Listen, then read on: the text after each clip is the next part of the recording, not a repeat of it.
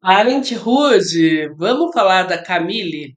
Vamos falar dessa mulher, a matriarca da família, que precisa ouvir, a família Braverman, que precisa ser ouvida, mas que não é, que foi invisibilizada pelo serviço doméstico, que foi esquecida de escanteio pelos seus próprios filhos, deixada, largada e abandonada, criticada muitas vezes. Vamos, bora falar dela nessa família que a gente ama de paixão, que a gente gosta de assistir, porque essa é uma daquelas séries assim, chuchuzinhas, bem clichêzinhas, mas que dá para a gente extrair bastante conteúdo por uma visão psicanalítica sobre as relações humanas, sobre como nós somos, como nos comportamos, quem nós somos no decorrer da vida e no nosso dia a dia. Essa é uma história, né? E essa foto ficou muito bonita, né? Porque traz praticamente a árvore genealógica da família, dessa série que chama Minha Família, que é o Parenthood, que é justamente quando você observa no dia a dia, né? Quem são essas pessoas? Vamos individualizá-las para além daquele conteúdo todo, para além dessa bagunça que se torna essa família quando se reúne. O bonito dessa série, eu imagino e eu observo, que é o esforço da família, os quatro irmãos, em se manterem unidos. E mais do que isso, sabe? Porque o natural, quando os irmãos crescem, quando as famílias crescem, o usual, não o natural, é que quando se formam as novas famílias, os novos núcleos familiares, então um irmão casa e vai viver a vida dele, tem os filhos dele, um núcleo familiar. O outro irmão casa, vai viver a vida dele, tem a família dele, um outro núcleo familiar. Ah, o usual, né, que seria o natural, é que eles vão se isolando em ilhas e enquanto não há o esforço dos patriarcas, né, da mãe, do pai, dos avós ali, em trazer, em aproximar, parece que nada acontece, parece que eles não se aproximam. E no caso dessa família, o interessante é que os quatro irmãos fazem esse esforço. Primeiro, porque eles têm encontros entre eles, só os irmãos. Segundo, porque eles se esforçam para incluir os cônjuges, os filhos, nessa grande família. Então é muito interessante e eu gostaria que você fizesse esse exercício, sabe?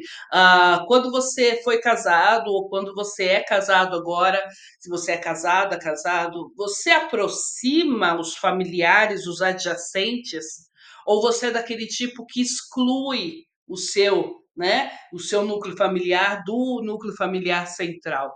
Você exclui, porque veja, gente, defeitos todos nós temos, sabe? É, resistências, padrões de comportamentos que são ruins de serem vistos e aceitos por outras pessoas, todos nós temos, pormenores, senões, todos nós temos. Então, a gente sair desse pedestal que a gente se coloca, sabe, de preciosismo, de que nós temos a única verdade universal do universo e a gente tem a verdade absoluta, isso é bobagem. Porque a ideia de núcleos familiares se formando é justamente a gente aproximar as outras, uma família da outra. É a gente agregar, sabe? Ver uma família dessa aqui num Natal, numa festa, num churrasco, num dia qualquer, uns pelos outros, um ajudando, um somando com a vida do outro, sabe? Vai haver excessos, intromissões? Vai, mas aí você coloca o limite. Entende? E esse limite que você vai colocar não é esse distanciamento total, não. É um limite higiênico, eu digo, né? Que é aquele limite em que, olha, eu deixo até, eu ouço o seu conselho, mãe, eu ouço o seu conselho sobre a criação do meu filho, afinal de contas você me criou, mas quem decide sou eu. Então, isso é um limite higiênico. Agora, não fala nada porque o filho é meu, é de uma imaturidade tão grande. Porque afinal de contas aquela avó, aquela tia tá falando porque ama também, porque quer estar junto também, porque quer compartilhar também. Então, vamos parar de ser egoístas e fazer o nosso núcleo familiar ser nosso, só nosso, e aí você se separa e não tem mais com quem conversar. Os seus irmãos não estão ali para você. Aí você vira viúvo, viúva, não tem mais, não tem. Aí o seu filho, a sua filha tem um problemão, você não tem como, sabe? Não, então, assim, família, eu sou muito romântica para família, tá? Ai, ai, enfim, beira idealizações que eu já estou trabalhando na minha terapia. Mas assim, família é algo quase que sagrado, sabe? É lógico que se há questões patológicas, questões até criminosas, a gente afasta e ponto. Não tem que, vou tentar, vou perdoar, vou fazer. Não. Eu estou falando aqui de famílias funcionais, né? Nesse caso aqui dessa série, é uma família funcional. Então, um pelo outro e um com o outro. Vamos lá, vamos somar, vamos juntar. Mas não estou falando de pais abusivos, não estou falando de relacionamentos que são tóxicos, que te deprimem, que te derrubam, não, entende? Então, como que é para você no seu núcleo familiar? Conta aqui nos comentários, vamos ampliar essa prosa, tá bom? Hoje a gente vai tratar da invisibilidade. Isso aqui, inclusive, foi tema do Enem, salvo engano, 2024, né? A invisibilidade do trabalho doméstico, a invisibilidade da dona de casa. Hoje a gente ainda trata como dona de casa, porque a maioria ainda são mulheres que cuidam do lar. Interessante, porque aqui nessa série, inclusive, a gente tem um dono de casa, né? Que é o Joel. Inclusive, já tem dois vídeos aqui falando desse núcleo familiar especificamente, que é bem interessante você assistir lá, maratona lá e depois vem me dizer o que você achou. E aqui a gente tem uma configuração diferente, que é o Joel assumindo o lar e a mulher dele indo trabalhar. Mas, tirando isso, o usual, assim, o pra gente comum de se ver ainda são mulheres que ficam em casa e são as mães, né, as matriarcas. É interessante porque você vê que os filhos têm problemas, tanto os filhos homens quanto os filhos mulheres, eles vão buscar o pai. E a mãe chega em determinado momento, ela se vê completamente invisibilizada. Ela percebe o peso da invisibilidade. E quando esse peso da invisibilidade cai sobre ela, é quando os filhos já estão criados e quando ela precisa ter voz na casa, nas decisões da vida dela, sobre a vida dela. Quando ela consegue finalmente falar: bom, meus filhos estão criados, agora eu vou para o mundo, agora eu vou para a minha vida. Quem sou eu, afinal de contas? E ela se vê nesse conflito de não ter uma identidade para chamar de sua.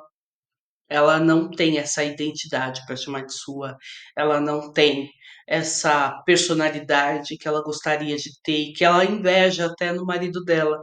É interessante que uma das cenas ela fala, é um spoiler bem pequenininho, tá?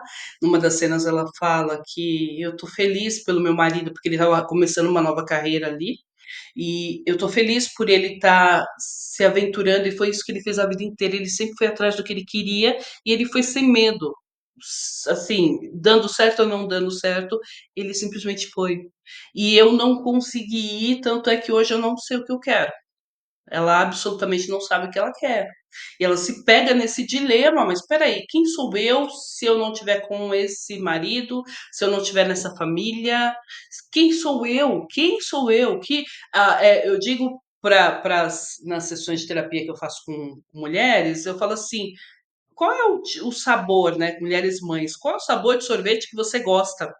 A maioria não sabe, porque a maioria criou uma brincadeirinha com os filhos, e aí me conta aqui nos comentários se você tem essa brincadeirinha também, com os filhos, de escolher o sabor que ele gosta também, assim a criança come a dela e come a sobrinha da mãe, que é o mesmo sabor que ele gosta. Gente, isso é tão estruturalmente falando ruim, porque você está criando no seu filho, primeiro, que ele tem que comer mais rápido para pegar a sobra da mãe. Segundo, que você não tem o direito de ter um sabor para chamar de seu, para gostar. entende? Então é cruel, tanto com a criança, porque você cria uma ansiedade nela de comer, né, de comer mais rápido, quanto da mãe, que não consegue sentir o prazer de ter um sorvete para chamar de seu, um sorvete que é seu, um sorvete que ela gosta. Percebe se você está nesse movimento, percebe quanto tempo você está nesse movimento e se é um movimento que você já se viu. Se for de alguma forma, se isso te alcançou de alguma forma, vem prosear, manda um e-mail aqui, vamos conversar.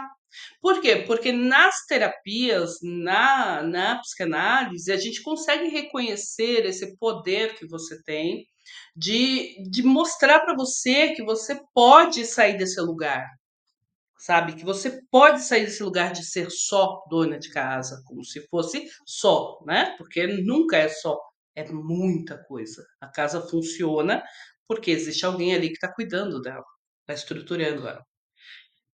Percebe se você, como é que você lida com o egoísmo dos seus filhos quando, por exemplo, aqui eles tomam uma decisão, ela convence o marido de que precisam de um espaço menor, porque a casa está muito grande para eles, e que eles podem viajar com o dinheiro que sobra, viajar ao mundo, porque agora os filhos estão grandes, já têm suas próprias famílias, eles podem viver uma vida deles, uma segunda lua de mel.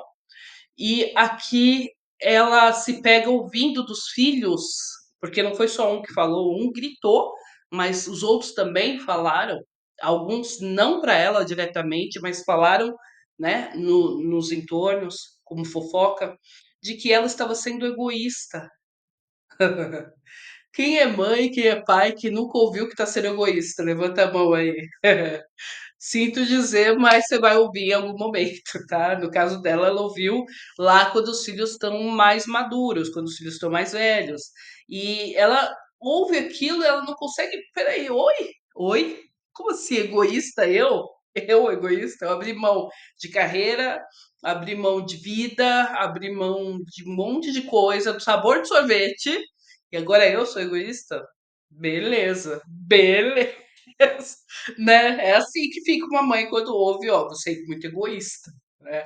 Enfim, como que é para você sua relação com a sua mãe? Você enxerga a sua mãe assim, lá, aquela mulher intocável que não pode errar? Porque tem muitos filhos que quando o pai ou a mãe desliza, porque sim, eles deslizam, e quando a gente é adulto a gente percebe esses deslizes, quando o pai ou a mãe, sabe, erra, tem filho que não perdoa e acha que tem o direito de eu não perdoo, sabe? Essa empáfia de filho que a gente vê por aí, que eu não perdoo meu pai e minha mãe porque fizeram isso, aquilo, porque erraram assim, assado, e esquecem que por trás daquela super capa de pai e mãe existe um ser humano falível, existe uma pessoa que tem dúvida também, que também erra, também tem medo, também tem ansiedade, também quer parar, também quer desistir, também quer continuar, também quer explorar. Existe uma pessoa. Então, esse vídeo aqui, filhos, filhas, é para vocês acordarem, chacoalhão para vocês. Olhem e respeitem papai e mamãe e cuidadores. Porque eles estão se esforçando para dar o melhor para você. Você já agradeceu seu pai e sua mãe hoje? Então vai lá e agradece. Deixa um obrigado aqui para eles. Se inscreve no canal e já indica esse canal para eles. Porque aqui sempre vai ter alguma palavra de incentivo para eles se colocarem no movimento da vida deles, por eles, para eles também, tá? E você, mãe, pai, você já se perdoou por não ter sido perfeito? Por perceber que você também erra, que você também tem medo, porque assim como o filho e a filha enxergam o super-herói, super-heroína, tem mãe e pai que se coloca como super-herói, super-heroína. Não erra nunca, não erra, sabe? E aí, se você está fazendo esse movimento na sua vida, cuidado, porque essa ideação que você está criando vai fazer com que seu filho ou sua filha busque marido e esposa, marido e marida, e esposa, que sejam ideais perfeitos, e as pessoas e relacionamentos perfeitos não existem. Simplesmente não existem, ok? Relacionamentos para dar certo são duas pessoas querendo dar certo, se esforçando para dar certo. Duas ou mais pessoas, né? Se esforçando para dar certo. Curte, comenta, me diz como é que é para você. Beijos!